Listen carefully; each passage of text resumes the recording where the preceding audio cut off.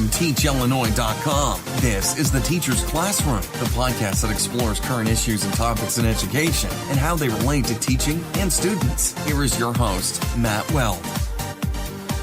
Hello and welcome to episode 12 of The Teacher's Classroom. Today we will be talking about transgender awareness with Dr. Sharon Vermont.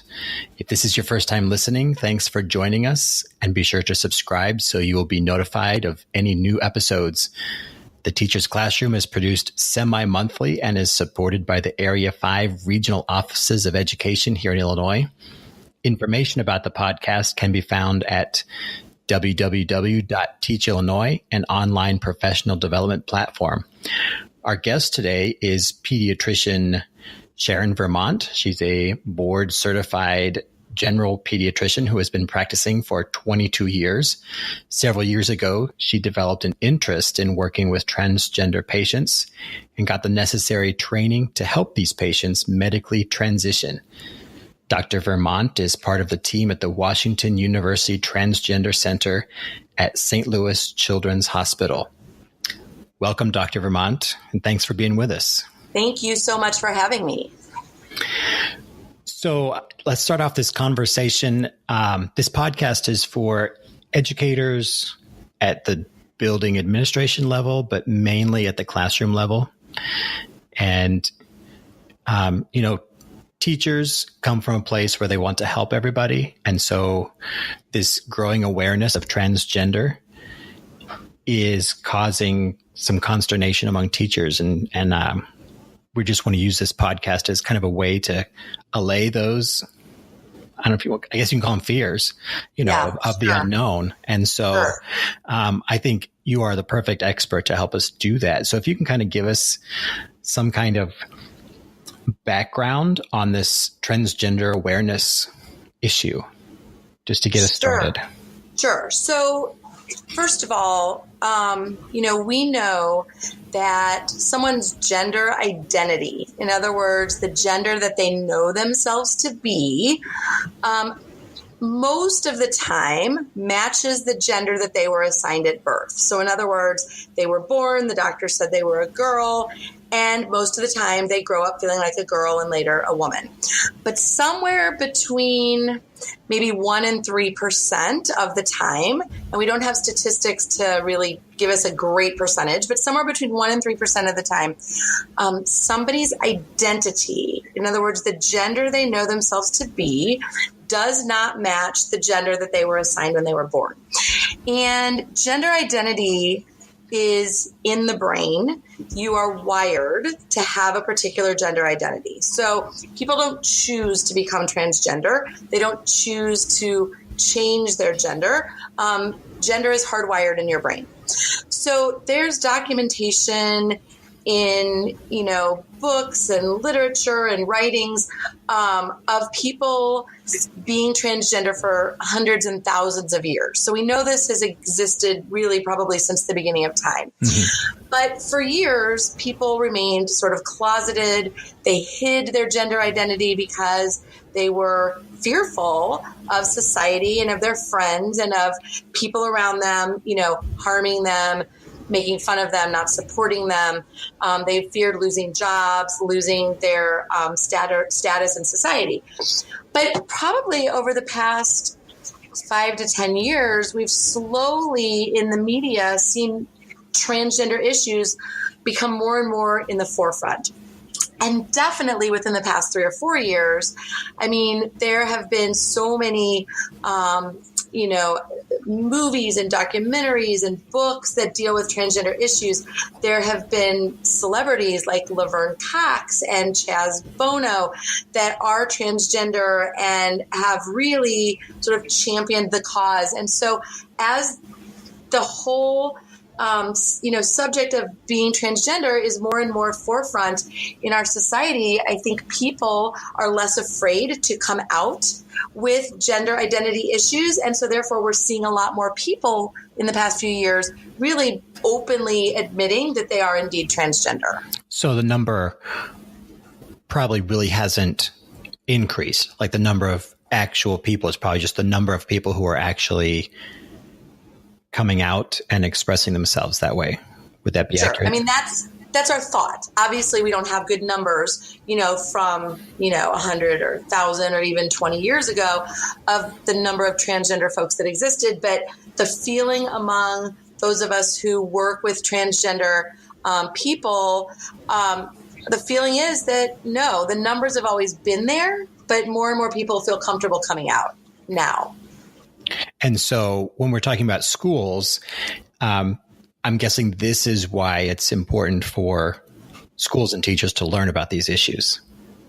Absolutely. Because every school in every city, in every state in our country has transgender students.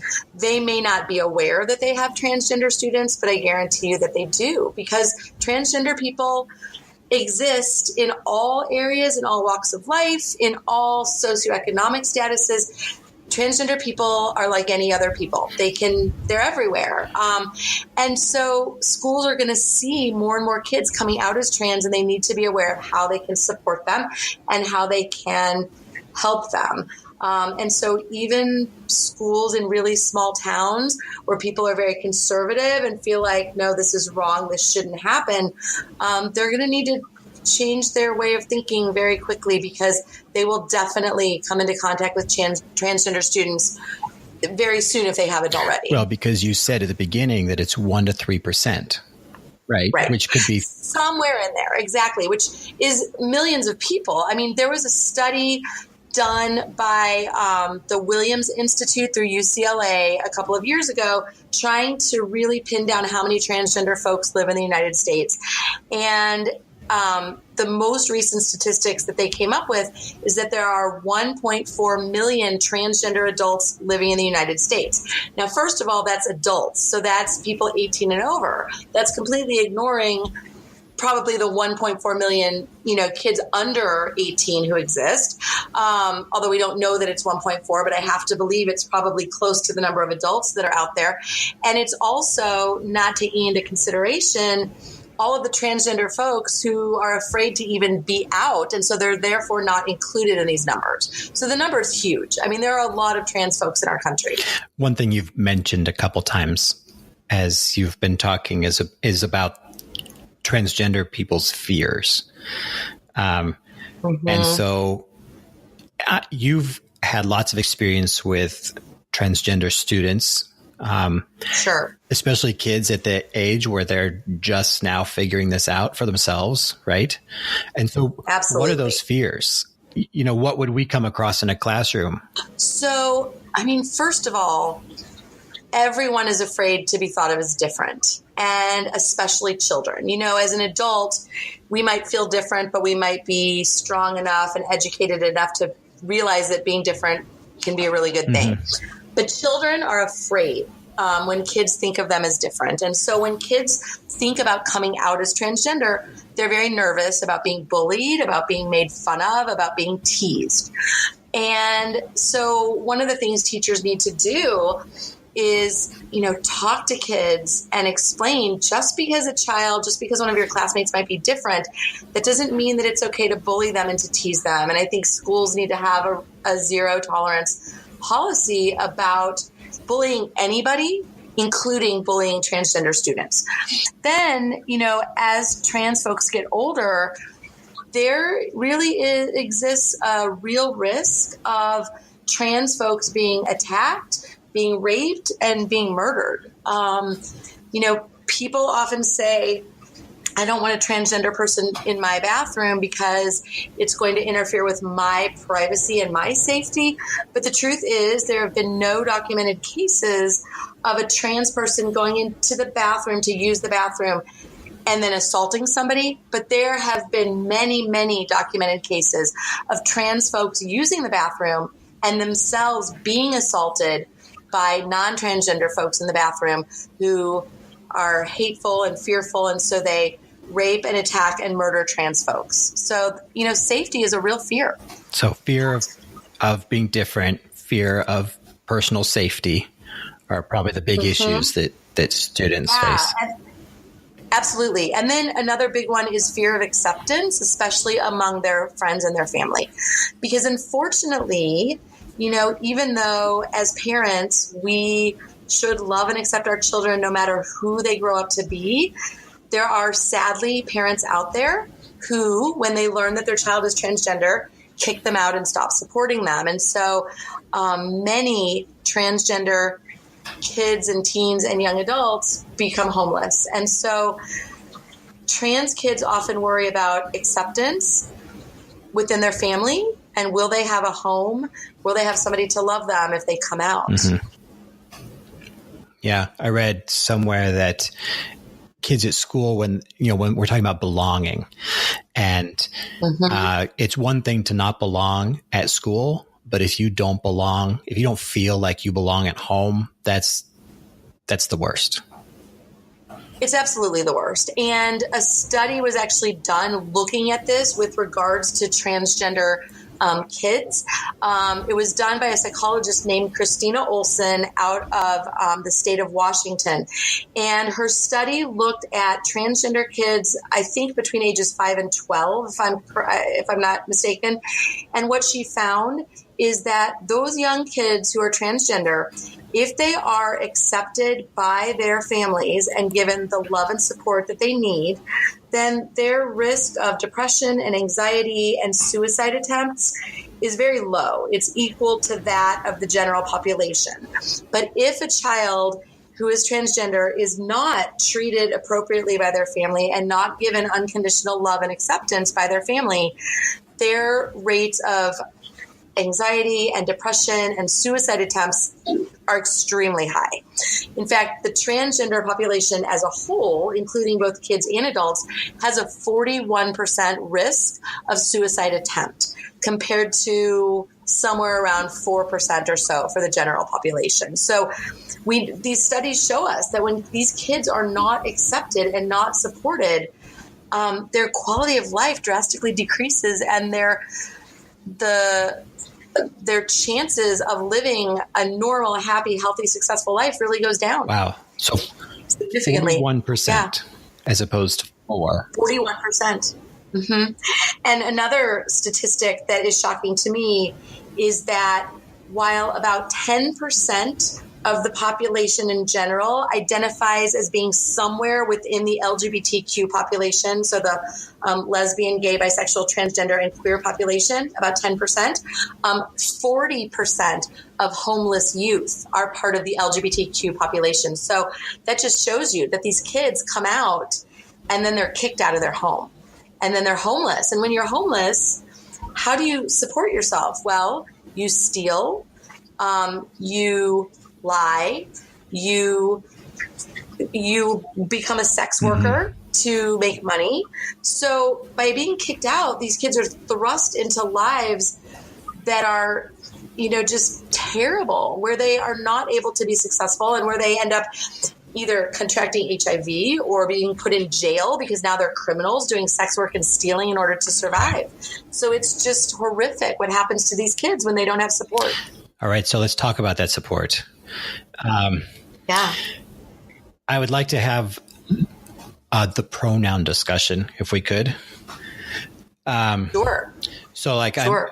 As a teacher, I have a student who comes into my classroom, and their school records say that my student is male. All right. Okay. But they identify as female. Okay. Sure. The correct. Take me through what's correct in this situation. Okay. So let's say you have a student, and the student's birth name, therefore their legal name, is John.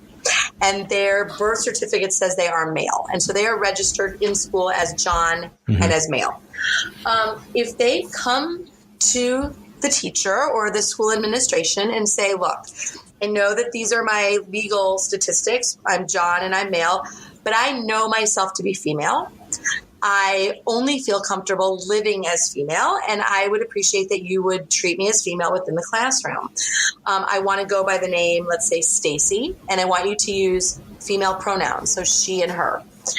The school has an obligation to that child to support them and to grant their request and to use their preferred name and pronouns.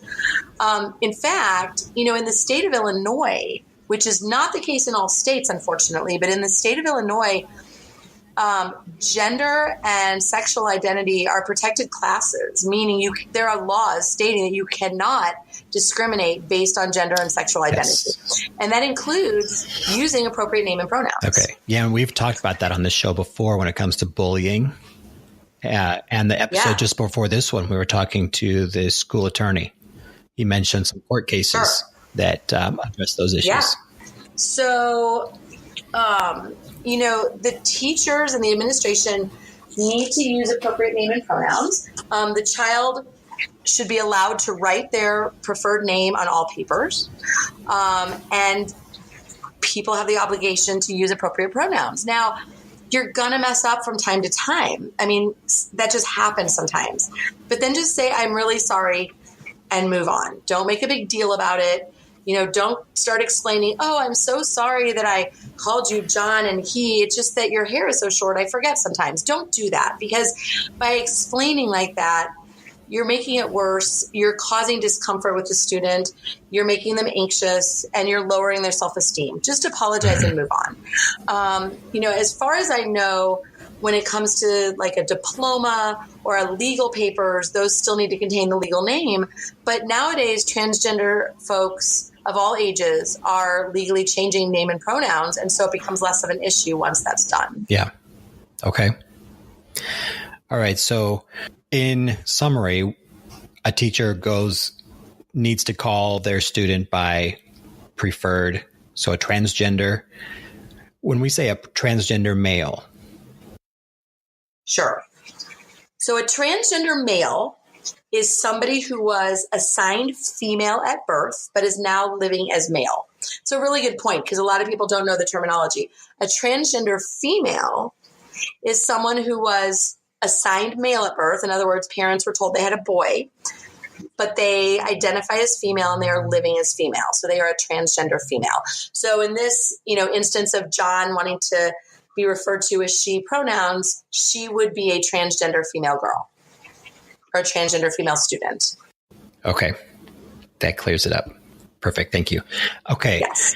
So is this a good time to maybe go into a detour here a little bit? And what about the ones that are not, don't identify as either male or female?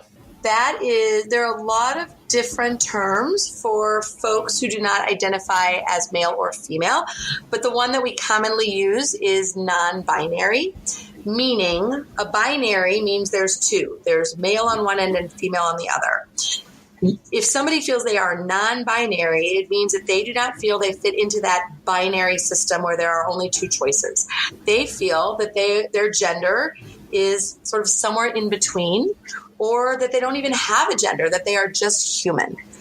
And so when people feel that they are non-binary, there are so many different pronouns that people use for this. But again, the most common one would be using they and them. So the singular they. So in other words, Susan does not feel that they are male or female.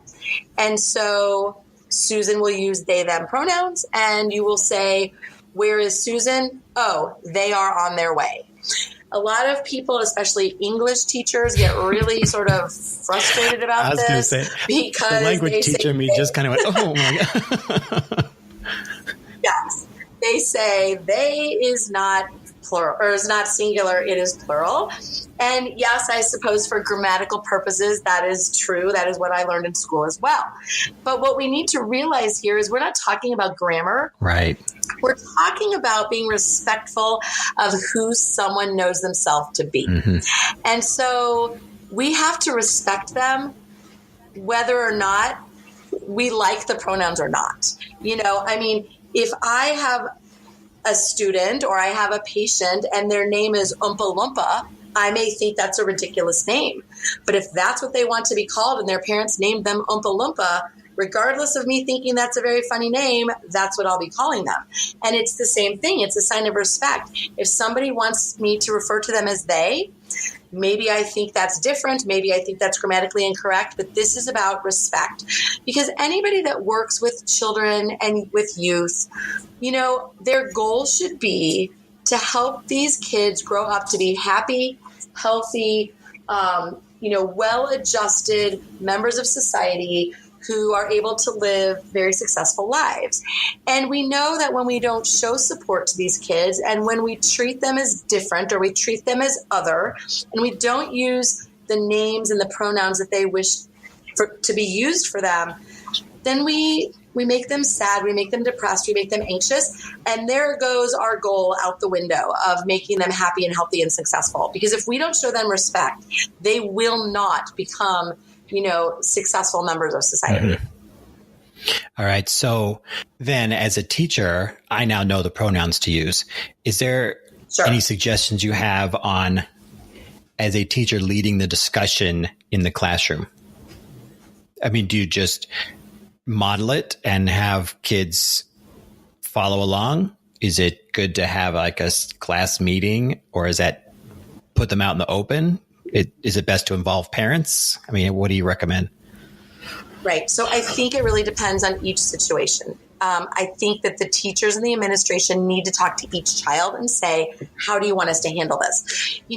Not every transgender person wants others to know that they're transgender. Mm-hmm. And similarly, some transgender people want to be out and proud and have the whole school know that I am a transgender girl and I am proud of who I am. So you need to ask the child, because if you have a child who doesn't want anybody to know and doesn't want to stand out as different, then I think, saying something to the class like, oh, we're going to start using they, them pronouns for Sarah, I think that makes Sarah then feel really uncomfortable. So I think modeling it, kids are pretty smart and they pick up on things a lot more quickly than we do as adults.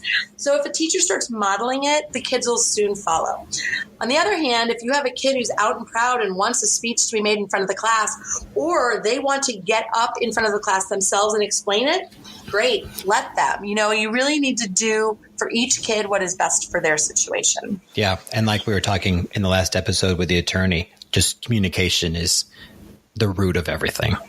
Absolutely. Yeah. It is absolutely very important because, just like no two kids with diabetes or no two kids with Down syndrome are the same, no two transgender kids are the same either. And so anytime you have a child with unique issues, regardless of what those issues are, you need to figure out from the family and the child what is the best way to support them, because they'll tell you.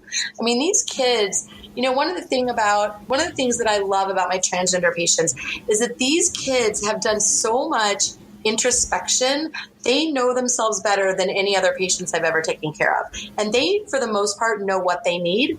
And all you have to do is ask them and they will tell you. I mean, they will lead the way if you're just willing to sort of follow their lead. Oh, I bet that's true. Yeah. It's very true. All right. So how can we as teachers make our classrooms more inclusive? Sure. So, I think that the teacher sort of sets the tone for the classroom and for the year. So number one, if the teacher just sort of treats a transgender child just like any other kid, then the kids are going to follow. But if the teacher is up in front of the class going, well, I don't understand this pronoun thing, or I don't understand why you don't want to be a girl because you were a beautiful girl. If they're saying negative things, then the kids are going to pick up on that as well. So treating these kids just like anybody else, minimizing any attention called to them over their gender and their pronouns, being respectful, letting the kid tell you what they need. And then, throughout the year, if the child is okay with it, having lessons in just sort of inclusion and acceptance and being respectful to all kids, not with focus just on gender, but with focus on everything. I mean, I think kids need to hear that children in wheelchairs should be treated the way they treat other kids, that children of different faiths and of different backgrounds and children with accents because they come from other countries need to be treated the same way as their other friends. And similarly, if somebody's transgender, just treat them like you would any of your other friends. So I think having those conversations, not focused on that specific child, but just focused on, being kind to everybody, I think is really, really important. And then I also think that, teachers not only are they the ones sort of helping facilitate a transition, but, if they are able to let the kids know that they're open and accepting, sometimes kids will actually come out to a teacher before they even come out to their parents. And so I think it's important for a teacher to let kids know that they are a safe person, their classroom is a safe space, and that they are, there to listen to any concerns or issues that children have in regards to any topic, but including gender and sexuality. Right. Yeah. So that encompasses, and that sounds totally logical, everything you've said. Yeah. So that would be the climate of the school. What about the physical space? I know when we talk about, racial bias in class, Sure. when you only have posters of white people, or, Right. If you're a guy and you only have sports posters, that Sure. can be a little intimidating Sure. to women type of thing. Absolutely.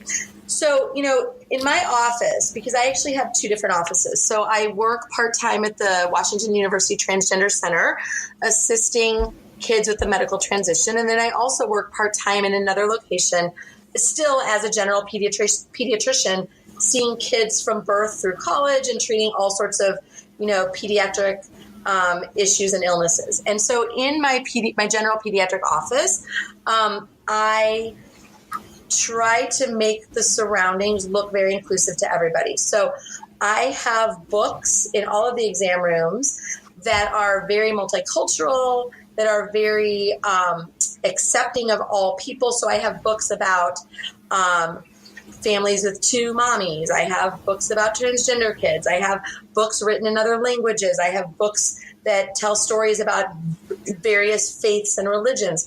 So by having being diverse in the books that I have for the kids to look at, that is one way that I demonstrate that my office is a safe space for all people.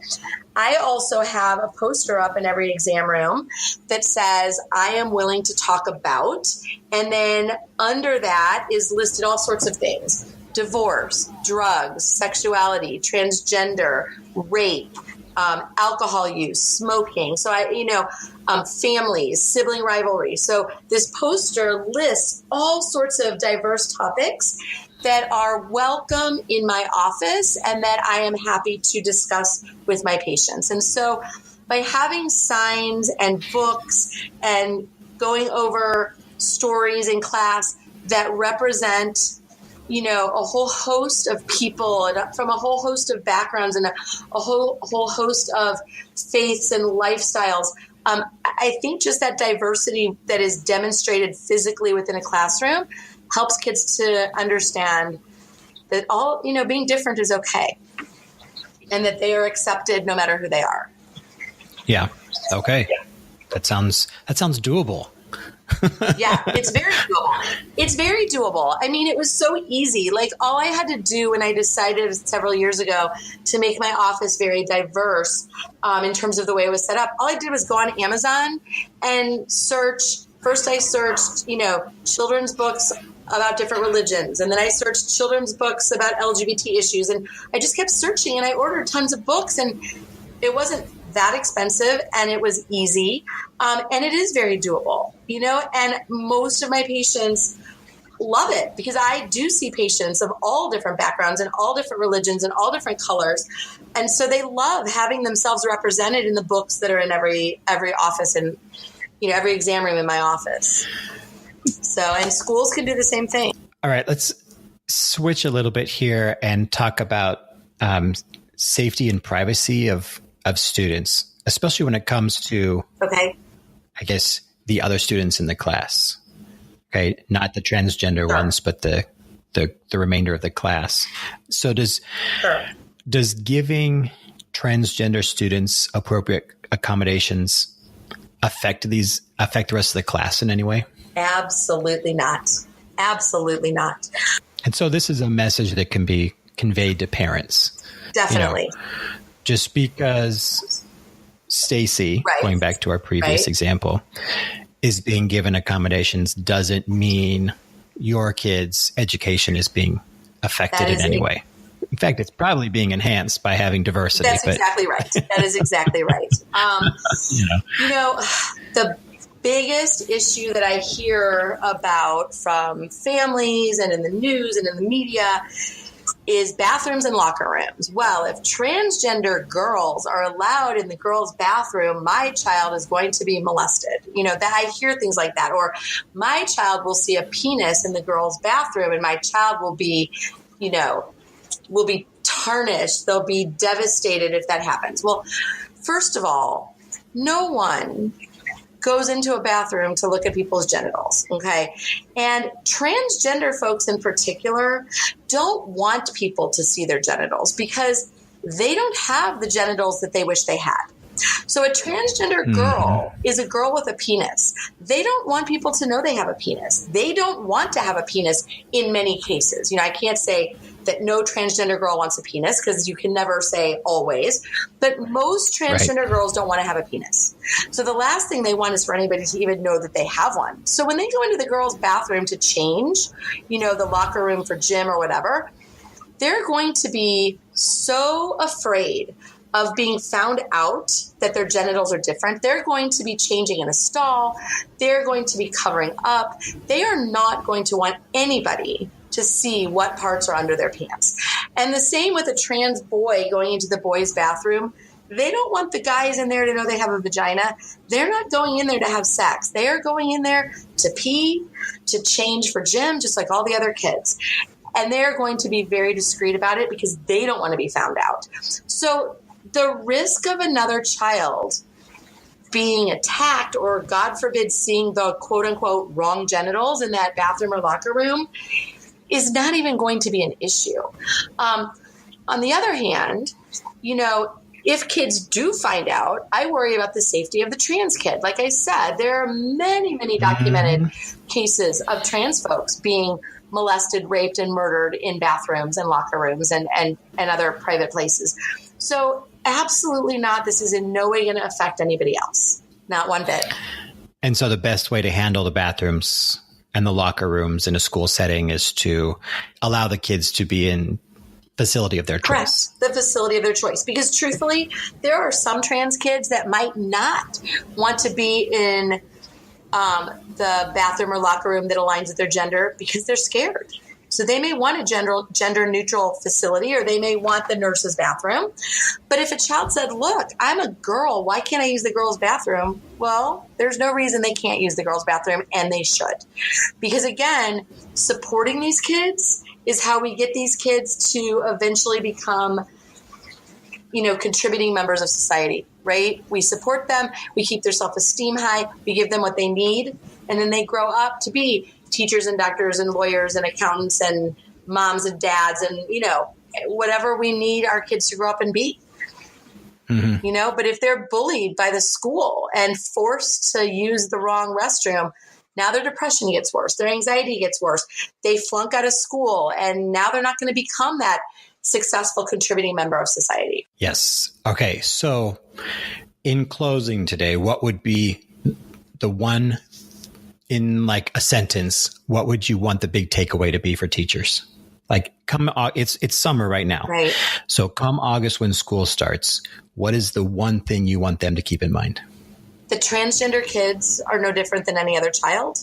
They may need certain accommodations and they may have some special needs, but they are no different than any other kid, and they deserve the same love and respect and the same education and the same support from the teachers that any child within their school deserves to have. Perfect.